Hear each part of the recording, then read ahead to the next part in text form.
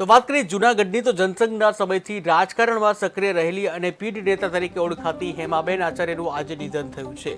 તેઓ છેલ્લા 2 મહિનાથી તબિયત નાંદુરસ્ત રહ્યા બાદ આજે પોતાના નિવાસસ્થાને શાંતિપૂર્ણ અવસાન પામ્યા હતા। હેમાબેન આચાર્ય ગુજરાત રાજ્યના પૂર્વ આરોગ્ય મંત્રી તરીકે સેવા આપી ચૂક્યા હતા। સમગ્ર જીવન દરમિયાન તેમણે ભાજપ પ્રત્યે અપાર વફાદારી અને સમર્પણ રાખ્યું હતું અને જુનિયર નેતાઓને સતત માર્ગદર્શન આપતા રહ્યા હતા। તેમના અવસાનના સમાચાર સાંભળી સમગ્ર જૂનાગઢ શોકમગ્ન છે।